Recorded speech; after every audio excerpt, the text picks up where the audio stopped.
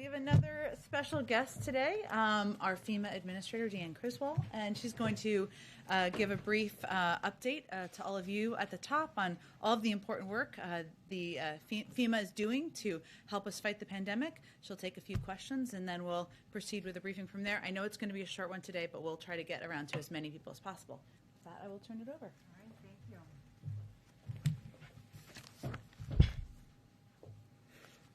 All right, good afternoon, everybody, or good morning still. Yesterday, Secretary Austin and I were able to brief the President on the tremendous work that's being done to support our hospitals right now. At FEMA, we've been part of this COVID mission since day one, beginning with supporting jurisdictions with medical personnel, acquiring and shipping personal protective equipment, medical equipment, opening testing sites, and deploying federal resources in support of our state, local, territorial, and tribal members. As we approach the one-year anniversary of opening our first community vaccination center in California, just one of the thousands we supported across the country, FEMA and our over 20,000 strong workforce continues to meet the ongoing requirements of the pandemic. Our support to our partners hasn't stopped and will not stop until this pandemic is over. We know that the most critical need right now is medical staffing for our hospitals, and we've been working nonstop with the Departments of Defense and Health and Human Services, who have been on the grounds in communities since day one, to push even more medical teams out the door to communities who need it most. I've seen firsthand the impacts of these teams on their continued heroic efforts. During my time as commissioner in New York City for emergency management, at the very beginning of this pandemic, I had the privilege of speaking with the chief nursing officer at Elmhurst Hospital, which was at the time the epicenter of the epicenter in those very early days, and listened to her address the Department of Defense medical team as they were concluding their mission at their hospital. She said, with tears in her eyes, "You were the miracle we needed when we needed it most." DoD continues to deliver on those miracles every day as they stand shoulder to shoulder with the heroes working on the front line in your communities. Yesterday, I spoke with Governors Whitmer and DeWine, who both said separately that these teams, in addition to adding more clinical capacity, are a morale boost to the doctors, the nurses, and the support staff in the hospitals that they're working in. And they have been working day and night to save lives. So now, DoD is deploying 6 additional teams to Ohio, Michigan, Rhode Island, New Jersey, New York, and New Mexico. We will also be deploying an additional HHS team to Rhode Island. And in the next several weeks, we are prepared to do more. These teams are in addition to more than 1,000 staff that are already deployed to 26 states, 2 territories, the District of Columbia, and 24 tribal nations. And since March of 2020, since the beginning of this pandemic, thousands of federal personnel have deployed all over our country. As critical as our doctors and nurses are, countless other professionals keep our hospitals running. Patient transporters, food workers, and cleaning staff are all at the heart of these healthcare facilities.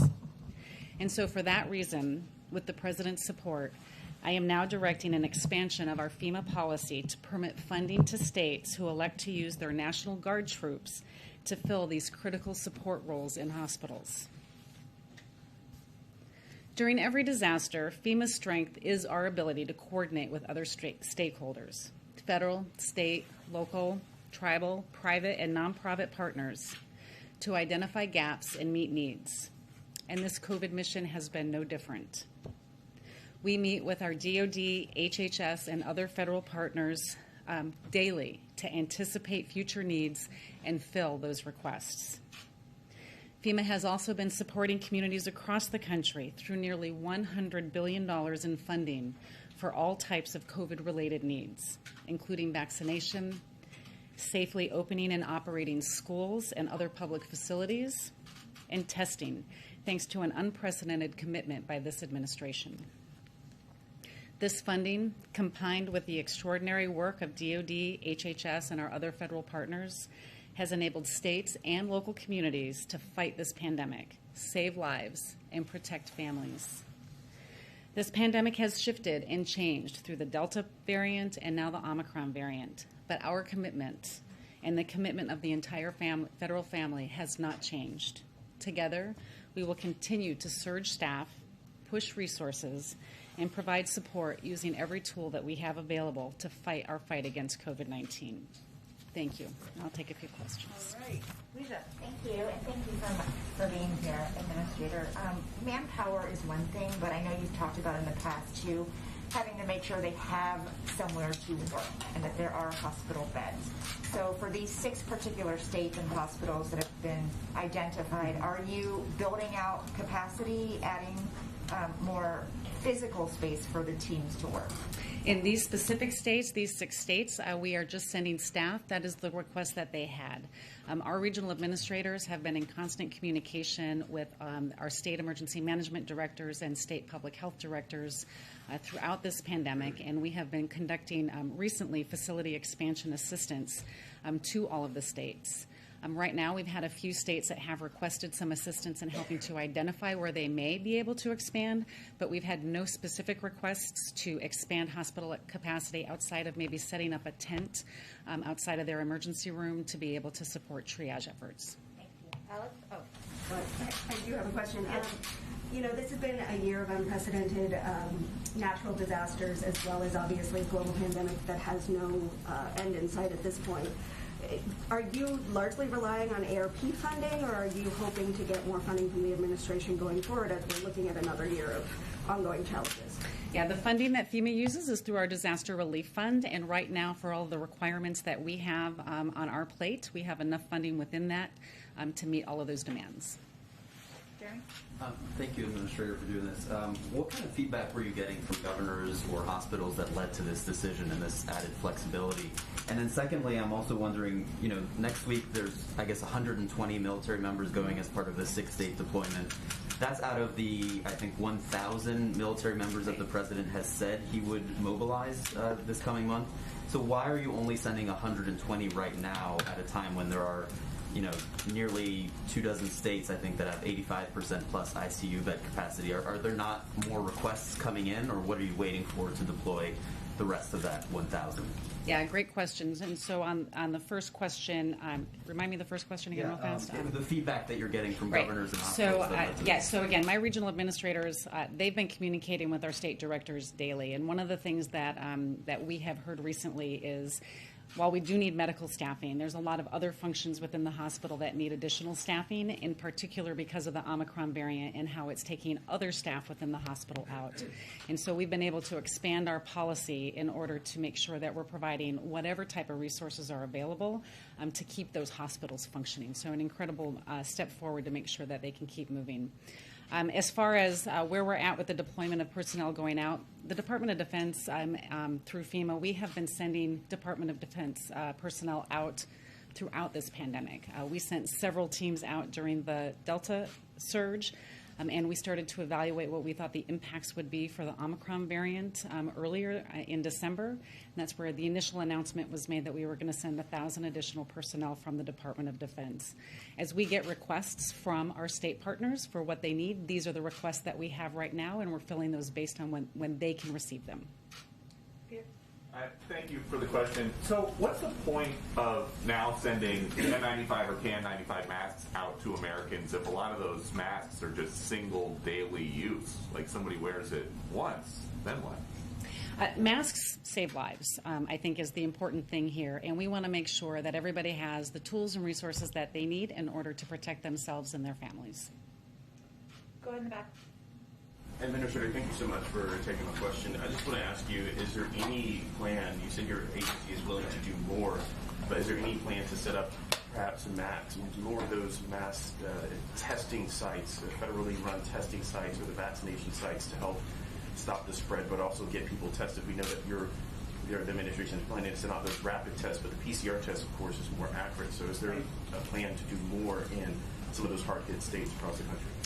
Absolutely. So again, we're working with our states to identify what their needs are. You know, there's many parts of the country that have built up internal capacity across their states, but those areas that need that additional testing sites, we are available to set those up. We've been partnering with the Centers for Disease Control, and we are setting those up now, and we'll continue to So, as the states need them and as they request them. Brian's going to have the last one. Thanks a lot, Administrator. When you came on in April and FEMA's had mass vaccination sites that it's rolled out, I think that one of the questions is right now the President just announced that they're going to triple a stockpile of PPE, get masks out to Americans, and also try to expand the testing capacity and home test kits. Did FEMA weight too much of its resources toward vaccinations, or should it have also been surging that capacity months ago in testing and PPE? FEMA's role has always been to support our hospitals, our schools, and our public service agencies. We have been supporting them through the delivery and reimbursement for PPE, for the medical staff that we're sending out. That has not changed, and that support will continue. The additional support that's coming out for the general population is something that FEMA does not participate in, and those are the issues or the items that you're hearing are going to be announced and available to the general public later. When it comes to testing sites, FEMA's rolled out public testing sites. Why not surge public testing sites 3 months ago in anticipation that there would be surges of variants? Again, we're working with our states routinely, and we're hearing what their needs are, and we're basing our support to them on what they need. And so as they request additional assistance, that's when we come together and give them the assistance that they need. Thank you, Administrator Criswell. Appreciate you coming. You're Thank you, always Jen. welcome and invited. Thank you. Thank you, everyone. Okay. I know, again, we have short time here, so I just have 2 items for you at the top. Since President Biden signed the bipartisan infrastructure law 60 days ago, the Biden-Harris administration has hit the ground running to deliver results. We've made key progress toward implementing the largest long-term investment in America's infrastructure and competitiveness in nearly a century. The Department of Transportation today announced a historic investment under the bipartisan infrastructure law to modernize, repair, and replace approximately 15,000 bridges nationwide. That's a lot of bridges. This is the single largest dedicated bridge investment since the construction of the interstate highway system and provides more than $27 billion to states and tribal transportation facilities. Obviously, there will be more to come, and you'll hear the president soon. Another little bit of news for all of you, and we'll have more in the week ahead, I expect, in the coming days. But next Wednesday, the president will hold a formal press conference at 4 p.m. in the afternoon. So we look forward to seeing you there, and the president looks forward to speaking directly to the American people. I'm going to try to go to the people who didn't get questions and then come back around if that works. So go ahead. I wanted to follow up on the cyber attack against the Ukraine. Yep. I know the NSC said it was too soon to attribute the attack, but could you say where early indications are pointing? Well, let me first say that because I know there's been a lot of questions, understandably, on this. So let me try to address a few of them as well, if that's okay. The United States and our allies and partners are concerned about this cyber attack, and the president has been briefed. We are also in touch with the Ukrainians and have offered our support as Ukraine investigates the impact and nature and recovers from the incidents. We don't have attribution at this time, and I can't point to any more specifics. I know the Ukrainians also announced and conveyed that they got their systems up and running pretty quickly and that personal data was not accessed. We will continue to, of course, work with them and assess any additional impacts. We're continuing to consult with allies and partners, including Ukraine, on this. You might have also seen NATO's statement as well, which says that they are also exchanging information with Ukraine. So that's where the status stands right now. I think it's important to note the Ukrainian statements on this, which convey very, very clearly that they were able to get their systems up and running. If it is determined that Russia was behind the attack, how would the U.S. respond to that? I'm just not going to speculate on that or preview what actions we would take at this time. I would just note that we will take necessary and proper steps, of course, to defend our allies, support our partners, and support the Ukrainian people, but we're still assessing that at this point in time. Could you describe in a little more detail what sort of support the U.S. has been providing Ukraine on the cyber front, like over the last few months? I'm happy to check with our team and see if we can detail that more to all of you specifically. We have been in touch with them, working with them on many levels, and certainly the threat of cyber attacks is something that has impacted a number of countries throughout Europe, throughout the world.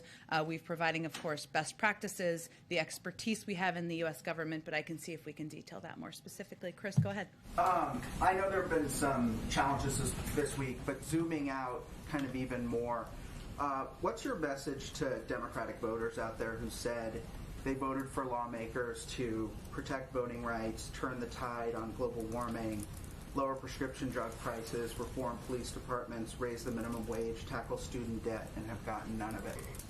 Our message to them is that we're still fighting for absolutely every component of what you just listed.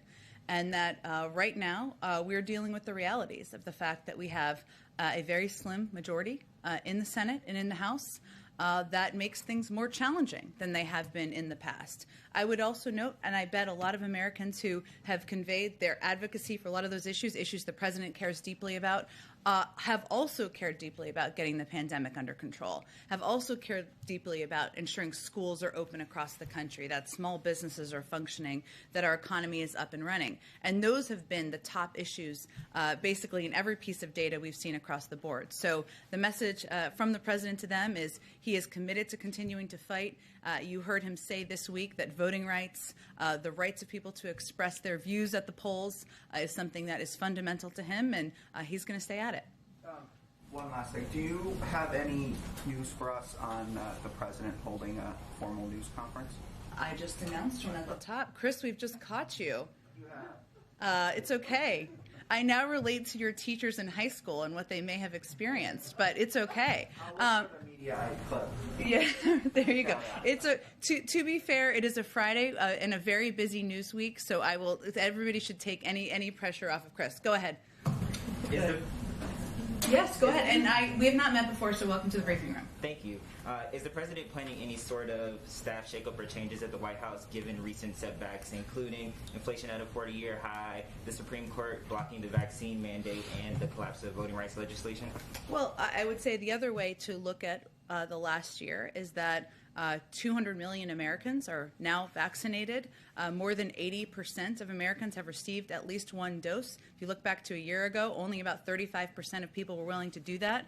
Through the president's action and leadership, we have made vaccines available across the country. Boosters, we have provided more supply to the global community, 400 million doses, than any other country in the world. We've had record economic growth in this country. We have record low unemployment rates in this country. And we are getting out of a pandemic and the economic downturn tied to it at a rate that is faster than anyone thought would have happened. We have confirmed more judges that look like America, that are diverse like this country, than almost any other administration in history. And again, the truth is, an agenda doesn't wrap up in 1 year. We are going to continue to fight for every component of his agenda and his plans for his presidency that he outlined when he was running for president.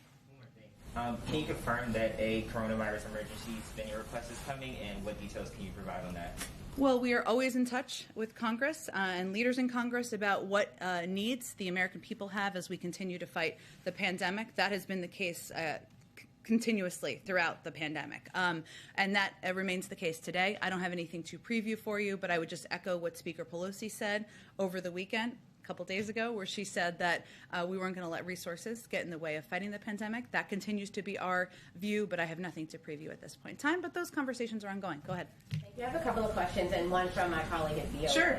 My first question is, the administration's response as hundreds of nurses with the National Nurses United held demonstrations demanding for safer COVID conditions, and they talked about there's not necessarily a shortage of nurses, but many are not willing to work in what they feel like are unsafe conditions and feel like some of the protections are being weakened. Well, I would say first that we believe there should be strict and stringent requirements in medical and in hospitals and medical facilities to keep the people who are working there safe and also to keep the patients safe. And I would just note that yesterday the Supreme Court continued to is allowing for the CMS requirement to move forward, which is an important component of keeping people who are patients safe, but also keeping workers in a lot of facilities safe. A number of hospital systems across the country have implemented vaccine requirements, which we certainly support, and they've been very successful. So we continue to encourage others to do the same. With MLK coming, is there anything that we can expect to hear from the president? Any type of new strategy, any plan, and what is he going to be doing on that day? I expect we'll have more details. I certainly understand the interest. We're dealing with Mother Nature here with the storm, and so we are adjusting and making some plans for how he will commemorate a very important day in our history. But I expect we'll have more details for that hopefully in the next 24 hours. From VOA, Okay, just a quick question. Confirmation on that U.S. has information that indicates Russia has pre-positioned a group of operatives to conduct a false flag operation in eastern Ukraine, as reported by CNN. Yeah, I do have some detail on this. Let me confirm for you. So, as you all have heard us say many times, we are concerned that the Russian government is preparing for an invasion in Ukraine that may result in widespread human rights violations and war crimes should diplomacy fail to meet their objectives. As part of its plans, Russia is laying the groundwork to have the option of fabricating a pretext for invasion. And we've seen this before. We saw this before leading up to 2014, just to note, including through sabotage activities and information operations, by accusing Ukraine of preparing an imminent attack against Russian forces in eastern Ukraine, and the Russian military plans to begin these activities several weeks before a military invasion, which could begin between mid-January and mid-February. Again, we saw this playbook before, including the widespread effort to push out misinformation, not just in Eastern Europe, but around the global community. We have information that indicates Russia has already pre-positioned a group of operatives to conduct a false flag operation in Eastern Ukraine. The operatives are trained in urban warfare and in using explosives to carry out acts of sabotage against Russia's own proxy forces. Our information also indicates that Russian influence actors are already starting to fabricate Ukrainian provocations in state and social media to justify a Russian intervention and sow divisions in Ukraine. For example, Russian officials and influence actors are emphasizing narratives about the deterioration of human rights in Ukraine and the increased militancy of Ukrainian leaders. This is all the spreading of misinformation. These media narratives also blame the West for escalating tension, highlight humanitarian issues in Ukraine that Russian intervention could solve, and promote Russian patriotism to encourage domestic support for military action. And finally, during December, Russian language content on social media covering all three of these narratives increased to an average of nearly 3,500 posts per day, a 200% increase from the daily average in November. So it's important to note what people are seeing out there and to call out this misinformation that is being spread to as a false flag operation, and there's a number of tactics that they're using in that regard. Let me go to the back. Go ahead. Thank you, Jen. Russia's Foreign Minister Sergei Lavrov said today that Moscow have run out of patience with the West. So how patient is President Biden with Russia's aggressive behavior? And another one, the AFP news agency reports that Ukraine proposes three-way crisis summit with President Biden, Putin, and Zelensky. Are you open to such a format? I have nothing to preview in terms of the next steps on negotiations or talks. Everybody's back in their capitals now having conversations about that. I will note that the president's view and our view is that this is up to President Putin and Russia to determine what the path forward is. We are ready regardless of what they decide. If they decide they're going to invade Ukraine, there are going to be economic consequences that go far beyond 2014. If they decide they want to engage in diplomatic conversations and talks, we are very open to that, and we're hopeful they will do that. But ultimately, it's a choice they need to make. And so I would suggest you ask them that question. Go. What about the President Biden's patience with what Russia is doing? Again, it's not about that. It's about Russia deciding what path they're going to take. Go ahead. Oh, go ahead. Hi, so President Biden yesterday said that he will be providing, or the administration will be providing, high-quality masks to Americans for free. Yeah. However, health experts have been saying for quite some time now that better masks are crucial against Omicron. So why is the White House late to making them available for free? We aren't. We actually have already provided 30 million masks across the country. We have built a stockpile of 750 million masks in the government, and this is about expanding and building upon providing high-quality masks out to people across the country. And I would say of the money that was used from the American Rescue Plan to keep schools open, some of that was used for PPE. A lot of funding that has already been approved over the course of the last year plus has been used for PPE as well. So this is building on those steps. I just want to get around to everybody. Oh, go ahead. Just one more. So Kamala Harris was put in charge of voting rights. Why wasn't she with the president at the crucial Senate lunch to sell the bill? Well, the vice president has been selling the bill across the country, obviously delivering speeches, providing, engaging and meeting with activists. She was also working the phones over the last couple of days and has played a pivotal role. No question, will continue to moving forward. Go ahead. Thanks so much, Jen. Oh, wait, actually, let me just make sure I get to everybody and then I'll come around. Go ahead. Thanks, Jen. Last March, President Biden signed an executive order encouraging federal agencies to help expand access to the ballot. Can you get an update on how federal agencies have dealt with that in the past year or so? In terms of how they've implemented it and steps they've taken, we can absolutely get you one and get you one from what agency to agency, what they've been doing. And that was something. Yeah. In Congress, could we expect any more executive orders like that or actions from the federal government that don't require Congress? I will say we are going to continue to look for ways to protect and expand the rights of the American people to have access to voting. And in addition to that executive order, the Department of Justice, as you know, doubled their funding and support for the protection of voting rights. We also have been working with organizations all across the country who are building diverse coalitions to pass pro-voter laws and push back against those that make it harder to vote and threaten free and fair administration of elections, in addition to doing the critical work to register and educate voters. These organizations have built grassroots leadership at the state level, including among state legislators and across the Latino, African American, AAPI, Native American communities among young people. And they're providing also training, policy research, messaging guidance, and direct organizing to register voters and deploying voter protection teams. So we are working certainly at the federal level, also at the grassroots level, and we will continue to look for ways to protect people's fundamental rights. George, go ahead. Yeah, I want to go back to the first year anniversary and ask you if there's anything that surprised you in the first year. And I'm thinking of a couple things that weren't being talked about. A year ago at inauguration, everybody was excited about vaccines. Now you have anti-vax groups. Trump was being impeached. Now he controls the opposition party. And there was no talk of inflation at the time of the a lot's happened in a year. I would say, actually, if we look back at data, around the time or shortly before the inauguration, only about a third of the American public was willing to get vaccinated, and now we're over 80%. So actually, that's an area where there has been an enormous amount of progress made. There has been some surprising components, including the fact that many people who were opposed to getting vaccinated, we assumed that because it was a vaccine that was approved, one of them at least, under a Republican president, that the FDA had given formal approval in September, and obviously given the dire impacts of the virus, that there wouldn't be as much vaccine hesitancy. But that's one of the reasons that we took a number of the steps we did over the course of the fall. I would say that, of course, you look back and there are initiatives and that the president has fought for that have historically not been partisan. And I don't know if that's a surprise, but voting rights is certainly an example of them. And as I've said a few times from here, there are 16 Republicans sitting in the Senate who have supported voting rights protections in the past. So I'm not sure if that's surprising, but that certainly is not a development in the right direction. Has he been surprised at the difficulty in bringing Republicans along to his views?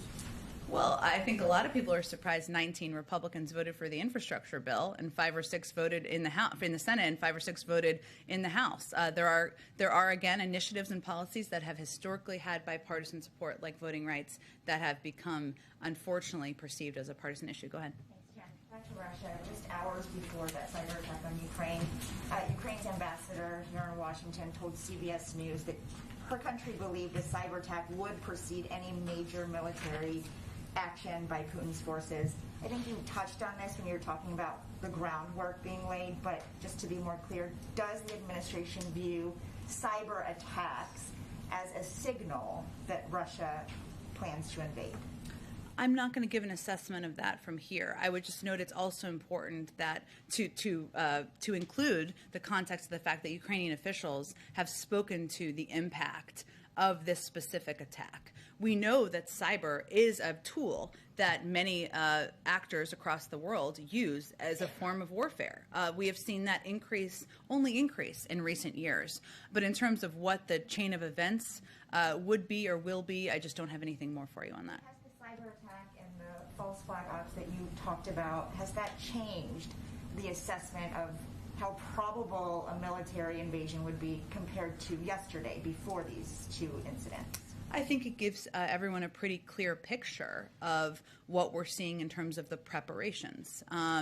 Now, whether or not they move forward, that is up to the Russian leaders to decide. But the fact that they are laying out, to your point, Leisha, these false flag operations, that they are sowing the seeds of misinformation, that does give you an indication of all of the preparations that are underway. And then I have one question Sure. Because Secretary Blinken was very frank yesterday in an interview, and he said there are just a few weeks left to reach mutual compliance with Iran because they are just a few weeks away from having enough material for a nuclear weapon. So can you talk about what this final push for an agreement looks like and how realistic it is given there are only a few weeks left?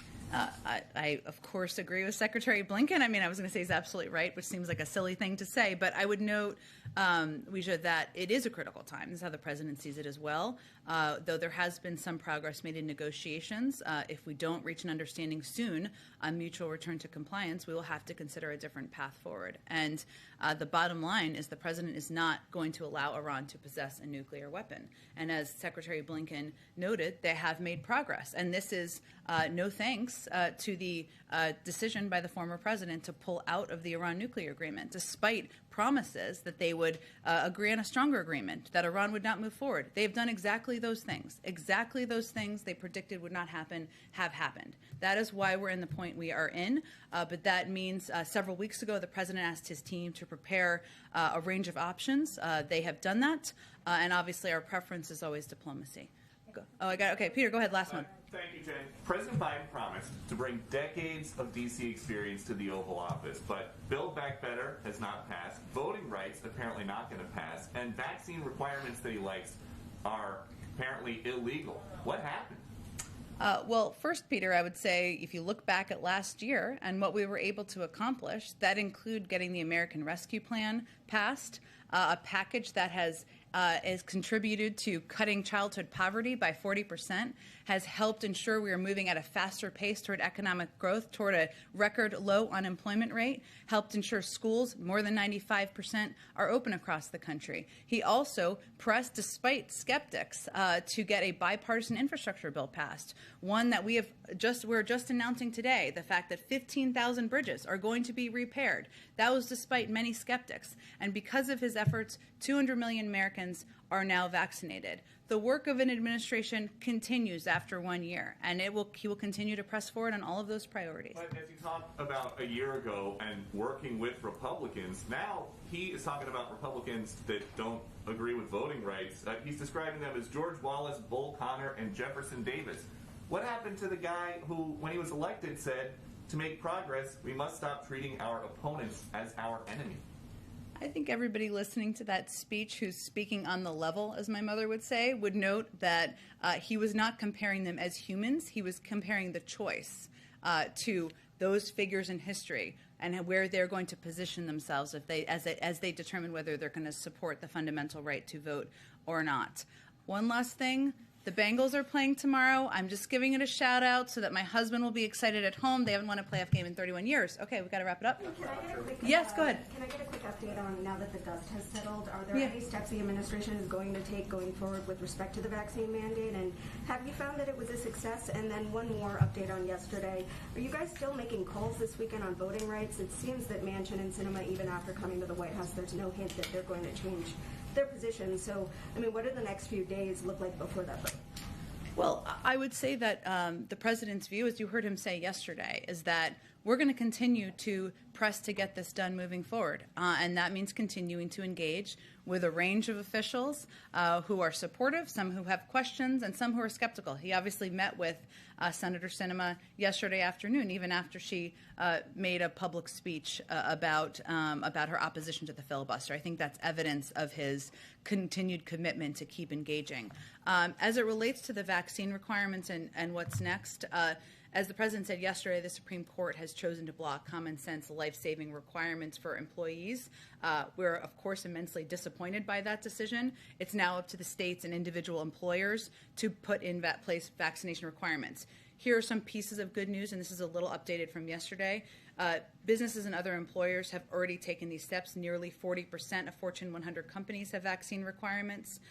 In October, prior to the OSHA rule even coming out, a quarter of workers in the country were already subject to a requirement from their employer. By January, that number had risen to nearly 60% of employers requiring or planning to require vaccines.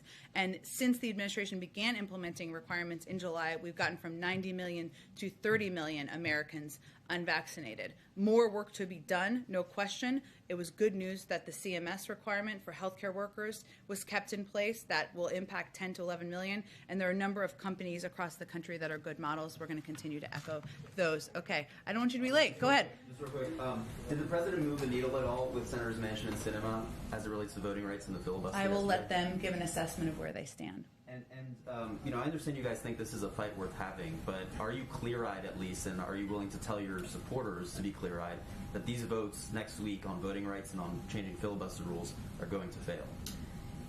If we believed everything every pundit said out there and listened to that, the president would not have run for office. He would not be president. We would not have an infrastructure bill that is law. We have heard what members have said. It is important about where they stand on the filibuster. The president is going to stay at it, as you heard him say yesterday, because he believes that voting rights is a fundamental right for people across the country. Thanks, everyone. Happy Friday.